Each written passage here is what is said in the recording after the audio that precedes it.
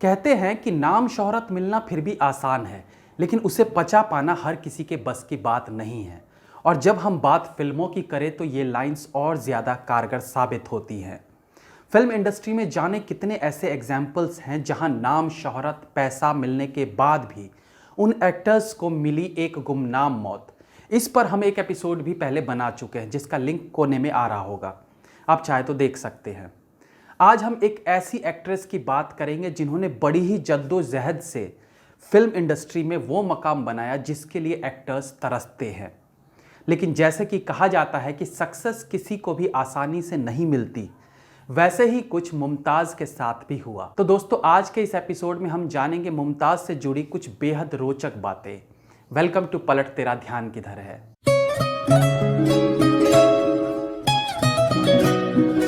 मुमताज़ का जब जन्म हुआ था तो भारत की आज़ादी को 15 दिन बचे थे, लेकिन उनके माता पिता के बीच डिवोर्स ने उनके बचपन पर ग्रहण लगा दिया और परिवार गरीबी की चपेट में आ गया। मुमताज़ की मां पहले से ही फिल्म इंडस्ट्री में एक्स्ट्रास के तौर पर काम करती थी, इसलिए फिल्मी माहौल तो उन्हें ज़रूर मिला। लेकिन एक एक्स्ट्रा कलाकार की फिल्म इंडस्ट्री में कितनी चलती है या वो अपनी बेटी के लिए कितना अप्रोच कर सकती थी, ये आप सब भी समझ सकते हैं। बॉलीवुड इंडस्ट्री में स्टंटमैन और एक्स्ट्रास आज भी अंडररेटेड है, लेकिन फिर भी जैसे तैसे मुमताज़ ने चाइल्ड आर्टिस्ट के तौर पर काम करने की ठानी ताकि अपने परिवार की वो आर्थिक तौर पर मदद कर सके। बहुत छोटी उम्र में ही मुमताज़ ने परिवार की जिम्मेदारी उठाने की ठान ली और स्टूडियो दर स्टूडियो चक्कर लगाना शुरू कर दिया। आप यहीं रुके रहिए, बस मैं यूं गई और यूं आई, हिलना नहीं। हाँ, मुमताज़ ने अपना एक गोल शुरू से ही बना रखा था कि अपनी मम्मी की तरह वो केवल एक एक्स्ट्रा बनकर नहीं रहेंगी, बल्कि उससे आगे बढ़कर कुछ बेहतर करेंगी। धीरे धीरे उन्हें as an child artist role मिलना शुरू हो गया। ये फिल्में थी 1952 की संस्कार, 1955 की यास्मीन, 1958 में रिलीज लाजवंती और 1958 की ही एक और फिल्म थी सोने की चिड़िया। 5-6 साल तक चाइल्ड आर्टिस्ट के तौर पर काम करने के बाद फाइनली 1963 की फिल्म दाग में वो पहली बार एडल्ट एक्ट्रेस के रूप में आई, जिसमें उन्हें एक साइड रोल मिला था। हालांकि ये फिल्म भी उनके लिए निर्णायक सिद्ध नहीं हुई।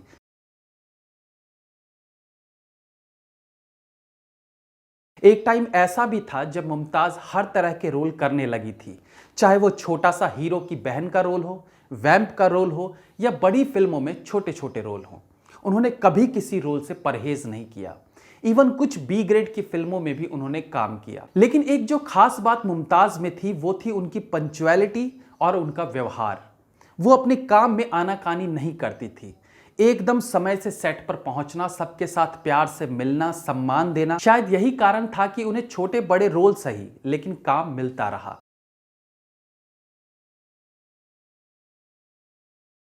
नाइनटीन 1967 में फेमस डायरेक्टर वी शांताराम एक फिल्म बना रहे थे जिसका नाम था बूंद जो बन गया मोती। इस फिल्म में लीड एक्टर थे जितेंद्र और लीड एक्ट्रेस थी वी शांताराम की बेटी राजश्री। राजश्री थोड़ी नकचढ़ी थी और हमेशा वो सेट पर एक्टर्स और डायरेक्टर्स को वेट कराती थी। उसके लिए समय की कोई कीमत नहीं थी। ऐसे में अपनी बेटी को सबक सिखाने के लिए वी शांताराम ने इस फिल्म से उसे निकाल कर मुमताज़ को ले लिया।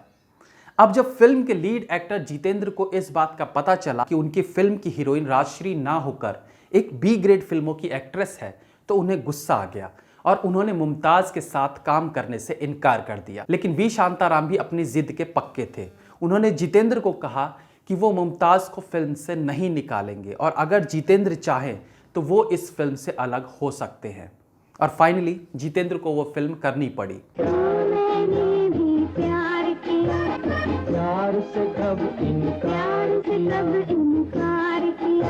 कुछ सालों बाद जितेंद्र और मुमताज़ ने और फिल्में की और ये एक हिट जोड़ी बन चुकी थी। धीरे धीरे सही, लेकिन वो अपनी मंजिल की ओर बढ़ जरूर रही थी।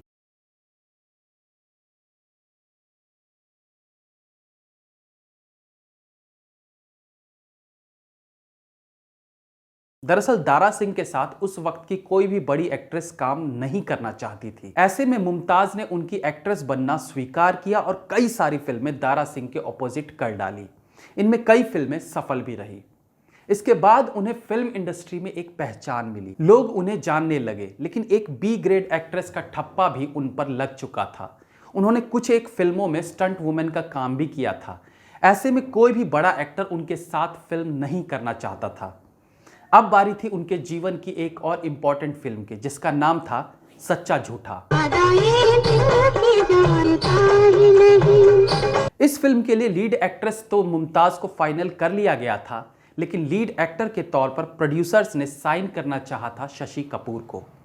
लेकिन अगेन वही जितेंद्र वाली बात कि एक बी ग्रेड फिल्मों की एक्ट्रेस के साथ काम नहीं करूंगा। हालांकि तब तक मुमताज एक वेल सेटल्ड एक्ट्रेस बन चुकी थी, बट फिर भी उन्हें ये सब कुछ झेलना पड़ा। खैर, प्रोड्यूसर्स ने फिर राजेश खन्ना को इस फिल्म के लिए साइन किया और ये फिल्म ब्लॉकबस्टर साबित हुई। सच्चा झूठा फिल्म रिलीज हुई थी 1970 में, जब शशि कपूर ने मुमताज के साथ काम करने से मना कर दिया था।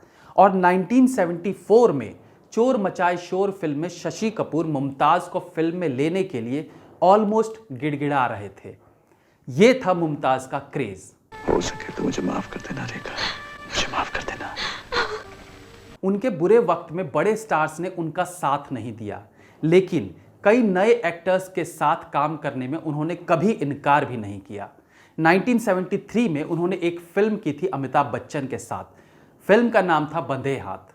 उस वक्त अमिताभ बच्चन फिल्मों में अपनी जगह बनाने के लिए हाथ पैर मार रहे थे और उस वक्त तक मुमताज एक बड़ी स्टार बन चुकी थी। इस फिल्म के सेट पर मुमताज मर्सिडीज से आया करती थी और उस वक्त सेट पर आने वाली गाड़ियों में सबसे महंगी कार उन्हीं के पास थी और अमिताभ बच्चन एक पुरानी कार में आते थे।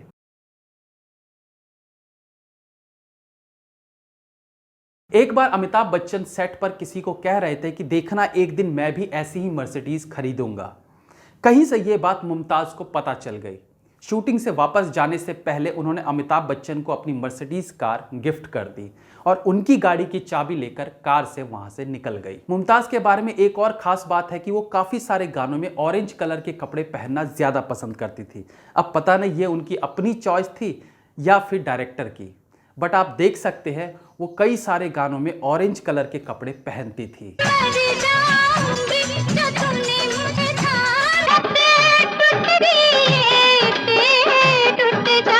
आजकल तेरे मेरे प्यार के चर्चे हर ज़बान पर। भोलेपन में है वफा की खुशबू, दूर हो जाए पुराने वही छूटे। कैसे कैसे न जाने तू हार गई रे, मैं तो हार गई। एक दुश्मन ज्यादा तुमसे प्यारा है, हमें तो हो गया है प्यार, तुम्हें हो ना हो। तेरे प्यार ने ये काम किया, गली गली जान गई, गली गली मच गया शोर। हसीना तेरी मिसाल कहाँ। मुमताज ने अपने करियर में कई सारे उन बड़े स्टार्स के साथ काम किया जिन्होंने शुरू में उन्हें अपनी फिल्म में लेने से कई बार इनकार कर चुके थे। लेकिन कहते हैं ना, अगर आप पूरी मेहनत और ईमानदारी से अपने लक्ष्य की ओर चलते जाओगे तो आपको सफलता पाने से कोई नहीं रोक सकता। और हुआ भी यही। वो सारे एक्टर्स जो उन्हें इनकार करते थे वो उनके साथ काम करने के लिए लाइन में खड़े रहने लगे। मुमताज का एक चार्म था, जब उन्होंने साइड रोल्स किए या इवन कोई गाना भी किसी फिल्म में किया तो कई बार उस फिल्म की लीड एक्ट्रेस उनके सामने फीकी लगने लगती थी। जिंदगी इत्तेफाक है सॉन्ग, आदमी और इंसान फिल्म के इस गाने में मुमताज की मौजूदगी ने फिल्म की लीड एक्ट्रेस सायरा बानो को पूरी तरह से फीका कर दिया था। इसी तरह से मेरे सनम फिल्म का गाना ये है रेशमी जुल्फों का अंधेरा, जिसमें मुमताज ने आशा पारेख को फीका कर दिया। हौले हौले चलो मोरे साजना में शर्मिला टैगोर उनके सामने छोटी दिखने लगी। ऐसे कई एग्जाम्पल्स हैं जहां मुमताज ने अपनी चार्म से लीड एक्ट्रेस की अहमियत कम कर दी। फिल्म ब्रह्मचारी के दौरान शम्मी कपूर ने मुमताज को प्रपोज किया था। तब वो केवल 18-19 साल की थी और मुमताज के आगे ये शर्त रखी कि वो फिल्में छोड़ दे और उनसे शादी कर ले। मुमताज को लगा कि आज जब मैं एक एक्ट्रेस बनने की राह पर चल चुकी हूं और ऐसे में फिल्में छोड़ दूं तो मेरी आज तक की जर्नी, मेरी मेहनत सब खराब हो जाएगी। इसलिए उन्होंने उनके प्रपोजल को एक्सेप्ट नहीं किया और लाइफ में वो आगे बढ़ गई। मुमताज़ ने खूब मेहनत की, लोगों का सम्मान किया, पंक्चुअल रही और जब शादी करके फिल्म इंडस्ट्री छोड़ा तब भी वो टॉप के स्टार थी। बड़े बड़े एक्टर्स और डायरेक्टर्स के साथ वो उस वक्त फिल्में कर रही थी। मुमताज़ की 2 बेटियां हैं रियल लाइफ में। एक की शादी एक्टर फरदीन खान के साथ हुई है। मुमताज़ ने कैंसर जैसी बीमारी से भी जंग लड़ी और जीती भी। जब राजेश खन्ना की तबीयत खराब हुई तो वो अक्सर उनके पास जाकर उनका हौसला बढ़ाती थी, क्योंकि राजेश खन्ना ही ऐसे बड़े स्टार थे जिन्होंने उस वक्त उनके साथ काम करने में नाक नहीं सिकोड़ी थी। मुमताज़ जिंदा दिल एक्टर रही है और नई जनरेशन की लड़कियां जो फिल्मों में काम करने की इच्छा रखती हैं उनके लिए एक इंस्पिरेशन भी है कि रोल कोई छोटा या बड़ा नहीं होता, बस ज़रूरत है अपने काम को पूरी ईमानदारी के साथ निभाने की। तो दोस्तों, उम्मीद करते हैं कि ये एपिसोड आपको अच्छा लगा होगा। अपनी राय हमें कमेंट सेक्शन में ज़रूर बताइएगा। That's all for today friends. Please like, comment, share and subscribe the channel if you like the video. Like me on Facebook, links are in the description. Be safe, have fun. मिलते हैं अगली बार फिर किसी नए episode के साथ। तब तक के लिए